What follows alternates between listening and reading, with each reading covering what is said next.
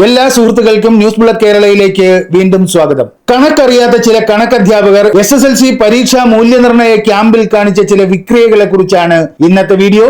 എല്ലാ സുഹൃത്തുക്കൾക്കും വീണ്ടും സ്വാഗതം. SSLC ഗണിത മൂല്യനിർണ്ണയത്തിൽ പിശക് എന്ന തലക്കെട്ടിൽ കേരള കൗമുദി പ്രസിദ്ധീകരിച്ച ഒരു എക്സ്ക്ലൂസീവ് വാർത്തയുണ്ട്. ആ വാർത്തയിലെ വിവരങ്ങൾ അടിമുടി തെറ്റാണ്. പക്ഷെ നമ്മുടെ വിദ്യാഭ്യാസ മേഖലയിൽ നിലനിൽക്കുന്ന ചില ഗുരുതരമായ പ്രശ്നങ്ങളിലേക്ക് വിരൽ ചൂണ്ടുന്ന നിർണായകമായ ഒരു വാർത്തയാണിത്. വിഷയം കണക്കാണ്. പക്ഷെ കണക്കിൽ താല്പര്യമില്ലാത്തവരും ഈ വീഡിയോ ശ്രദ്ധയോടെ കാണണം എന്ന് അഭ്യർത്ഥിക്കുന്നു. കാര്യം പറയാം.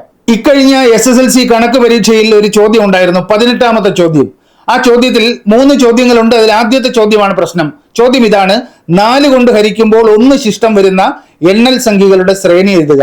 ഒരിക്കൽ കൂടി പ്രേക്ഷകരോട് പറയട്ടെ, ഈ ചോദ്യത്തിന്റെ ഉത്തരം എങ്ങനെ കണ്ടെത്താമെന്ന് പഠിപ്പിക്കലല്ല ഈ വീഡിയോയുടെ ലക്ഷ്യം. പക്ഷെ ഈ ചോദ്യവും അതിന്റെ ഉത്തരവും ചർച്ച ചെയ്യാതെ നമുക്ക് പ്രധാന പ്രശ്നത്തിലേക്ക് പ്രവേശിക്കാനും കഴിയില്ല. അങ്ങനെ ഒരു പ്രശ്നമുണ്ട്. നമുക്ക് ആദ്യം ആ കേരള കൗമുദി വാർത്തയിൽ എന്താണ് പറയുന്നതെന്ന് നോക്കാം. മൂല്യനിർണ്ണയത്തിൽ പിശക്, കുട്ടികൾക്ക് ഉയർന്ന ഗ്രേഡ് നഷ്ടമാകുമെന്നാണ് ടൈറ്റിലും സബ് ടൈറ്റിലും. ശരിയുത്തരം എഴുതിയാലും തെറ്റ് എന്ന തലക്കെട്ടിന് കീഴെയാണ് പ്രധാനപ്പെട്ട ആക്ഷേപം. അത് ഞാൻ വായിക്കാം.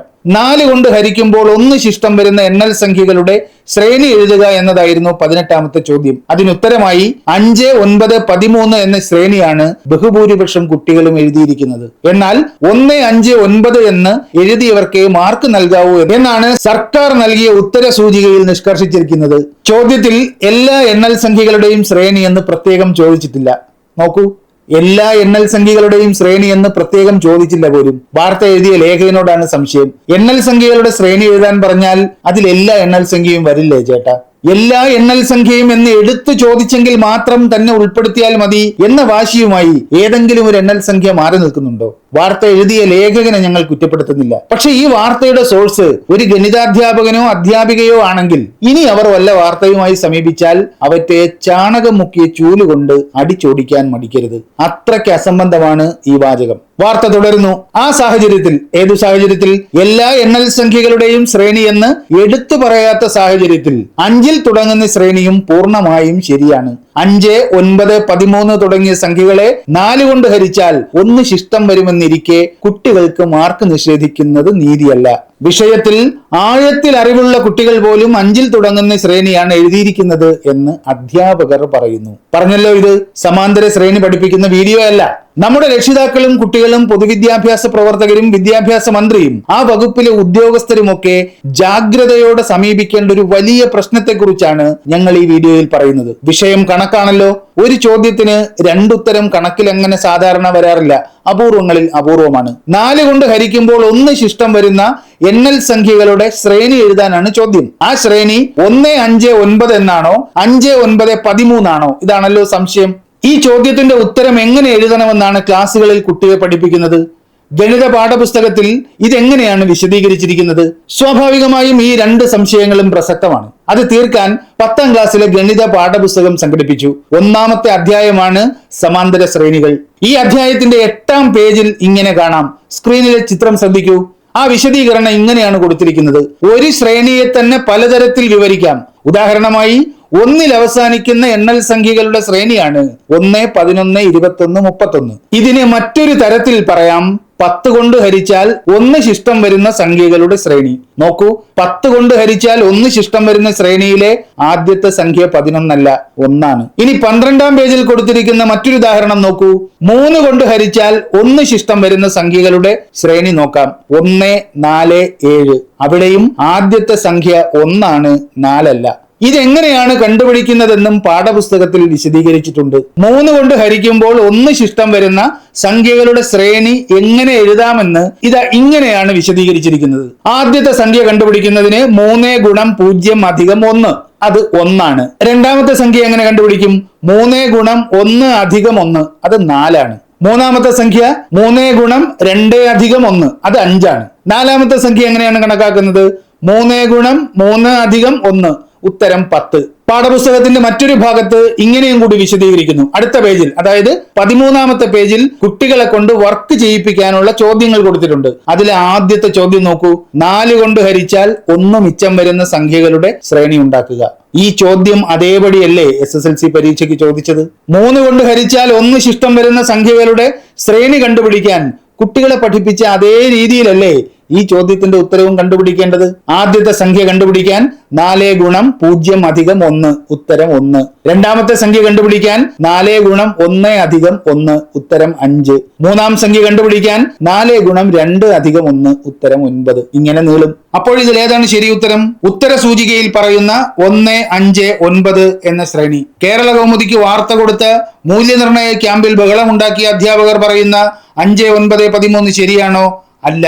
1, 5, 9 എന്ന ശ്രേണിയിലേക്ക് കുട്ടി എങ്ങനെ എത്തിച്ചേരണം എന്ന് പാഠപുസ്തകത്തിൽ വിശദീകരിച്ചിട്ടുണ്ടോ?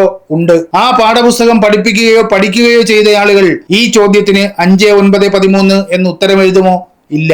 ഈ പുസ്തകം ക്ലാസ്സിൽ പഠിപ്പിച്ച ഏതെങ്കിലും അധ്യാപകൻ ഈ ചോദ്യത്തിന്റെ ശരി ഉത്തരം 5, 9, 13 ആണ് എന്ന് മൂല്യനിർണയ ക്യാമ്പിൽ കിടന്ന് ബഹളം ഉണ്ടാക്കുമോ? ഇല്ല. അതാണ് ശരി ഉത്തരം എന്ന് പറഞ്ഞ് പത്രത്തിൽ വാർത്ത കൊടുത്ത് വിവാദം ഉണ്ടാക്കാൻ ശ്രമിക്കുമോ? അതുമില്ല. എന്ന് വെച്ചാൽ ഈ വാർത്തയ്ക്ക് പിന്നിൽ ആരാണ്? SSLCയുടെ കണക്ക് പരീക്ഷയിലെ ഉത്തരക്കടലാസുകൾ നോക്കി മാർക്കിട്ട അധ്യാപകർ. അവരാരാണ്? 10ാം ക്ലാസ്സിൽ കുട്ടികളെ കണക്ക് പഠിപ്പിക്കുന്ന അധ്യാപകർ. അവരാണല്ലോ SSLC മൂല്യനിർണയത്തിന് എത്തുന്നത്. ആ അധ്യാപകർ ഈ പാഠപുസ്തകം കണ്ടിട്ടുണ്ടോ? അവരിത് കുട്ടികളെ പഠിപ്പിച്ചിട്ടുണ്ടോ? ആ ചോദ്യമാണ് ഈ വാർത്ത യഥാർത്ഥത്തിൽ നമ്മൾ രക്ഷകർത്താക്കളുടെയും പൊതുസമൂഹത്തിന്റെയും വിദ്യാഭ്യാസ വകുപ്പിന്റെയും മുന്നിൽ ഉയർത്തുന്ന പ്രധാനപ്പെട്ട പ്രസക്തമായ ചോദ്യം. അപ്പോൾ ഈ വാർത്തയ്ക്ക് പിന്നിൽ ചരട് വലിച്ച അധ്യാപകരുടെ തൽസ്വരൂപം നമ്മുടെ മുന്നിൽ മറനീക്കി പുറത്തു വരികയാണ്. അവർ പാഠപുസ്തകം തുറന്നു നോക്കിയിട്ടില്ല. പാഠപുസ്തകത്തിൽ വിശദീകരിച്ചിരിക്കുന്ന ആശയം കുട്ടികൾക്ക് പകർന്നു കൊടുക്കാൻ മെനക്കെട്ടിട്ടില്ല.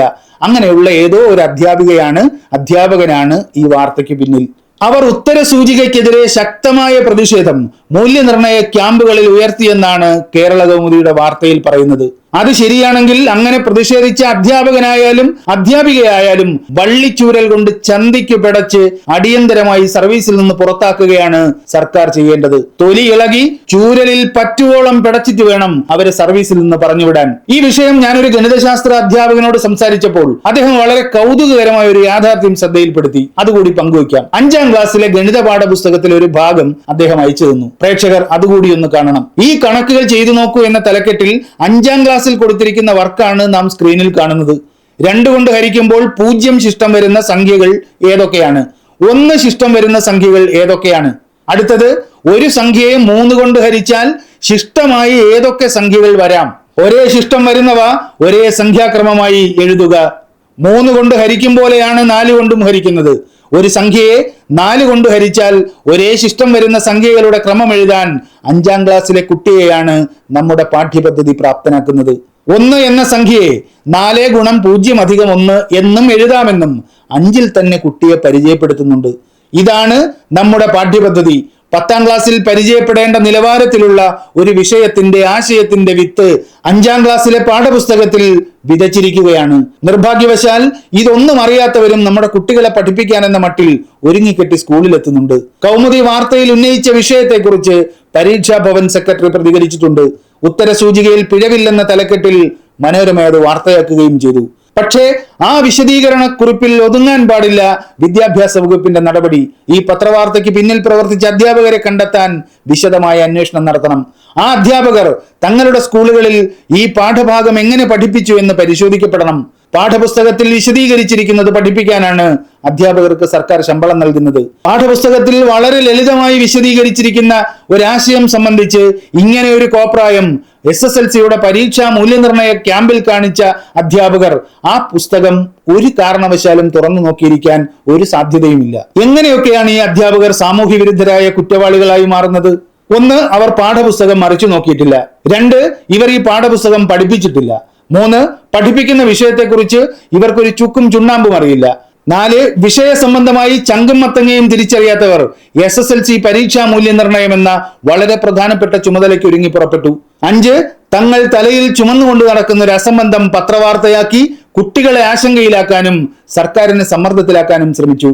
അക്ഷന്തവ്യമാണ് ഈ അപരാധങ്ങൾ. ഇത്തരക്കാരെ നിലയ്ക്ക് നിർത്താതെ നമ്മുടെ പൊതുവിദ്യാഭ്യാസം ഒരു തരത്തിലും മെച്ചപ്പെടില്ല. പാഠ്യപദ്ധതിയെയും പാഠപുസ്തകത്തെയും വിലവയ്ക്കാത്ത അധ്യാപകരുണ്ടെങ്കിൽ പിന്നെ കെട്ടിടങ്ങളിൽ എത്ര കോടി നിക്ഷേപിച്ചിട്ട് എന്ത് കാര്യം? അതുകൊണ്ട് കേരള കൗമുദിയുടെ ഈ എക്സ്ക്ലൂസീവിനെ ഉർവശി ശാപം ഉപകാരം എന്ന മട്ടിൽ സർക്കാർ പരിഗണിക്കണം. പാഠപുസ്തകം മറിച്ചു നോക്കാൻ മെനക്കെടാത്ത അധ്യാപകർ നമ്മുടെ പൊതുവിദ്യാലയങ്ങളിൽ ഉണ്ടെന്നും അവർ SSLC പരീക്ഷാ മൂല്യനിർണ്ണയം പോലും നടത്തുന്നുണ്ടെന്നും ഈ വാർത്ത വന്നതുകൊണ്ടാണ് നാം എല്ലാം മനസ്സിലാക്കിയത്. അതാണ് ആ വാർത്തയുടെ പ്രാധാന്യവും പ്രസക്തിയും. ഇത്തരക്കാരെ സർവീസിൽ നിലനിർത്തിക്കൊണ്ട് നമ്മുടെ പൊതുവിദ്യാഭ്യാസത്തിന്റെ ഗുണനിലവാരം ഒരു ഇഞ്ച് പോലും മെച്ചപ്പെടുത്താനാകില്ല. അധ്യാപകരെ ആകെ ന്യൂസ് ബുള്ളറ്റ് കേരള അടച്ചാക്ഷേപിക്കുകയൊന്നുമല്ല. ഈ പാഠപുസ്തകം ഉണ്ടാക്കിയതും ചോദ്യപേപ്പർ ഉണ്ടാക്കിയതും കേരള കൗമുദി വാർത്തയിൽ പറഞ്ഞ അസംബന്ധത്തിന് ഒരു അടിസ്ഥാനവുമില്ലെന്ന് വിശദീകരിച്ചതുമൊക്കെ മിടുക്കരായ അധ്യാപകരാണ്. മിടുക്കരായ മികച്ച അധ്യാപകർ തന്നെയാണ് നമ്മുടെ പൊതുവിദ്യാഭ്യാസത്തെ മുന്നോട്ട് നയിക്കുന്നത്. അങ്ങനെയുള്ളവർക്കെല്ലാം അപമാനമാണ് SSLC ഗണിത മൂല്യനിർണ്ണയത്തെ കുറിച്ചുള്ള കേരള കൗമുദി വാർത്തയ്ക്ക് പിന്നിൽ പ്രവർത്തിച്ച അധ്യാപകർ. ഇത്തരക്കാർക്ക് സ്കൂളിൽ എന്താണ് പണിയെന്ന് അന്വേഷിക്കാനെങ്കിലും ഈ വാർത്തയുടെ പശ്ചാത്തലത്തിൽ കേരളത്തിലെ പൊതുവിദ്യാഭ്യാസ വകുപ്പ് തയ്യാറാകണം.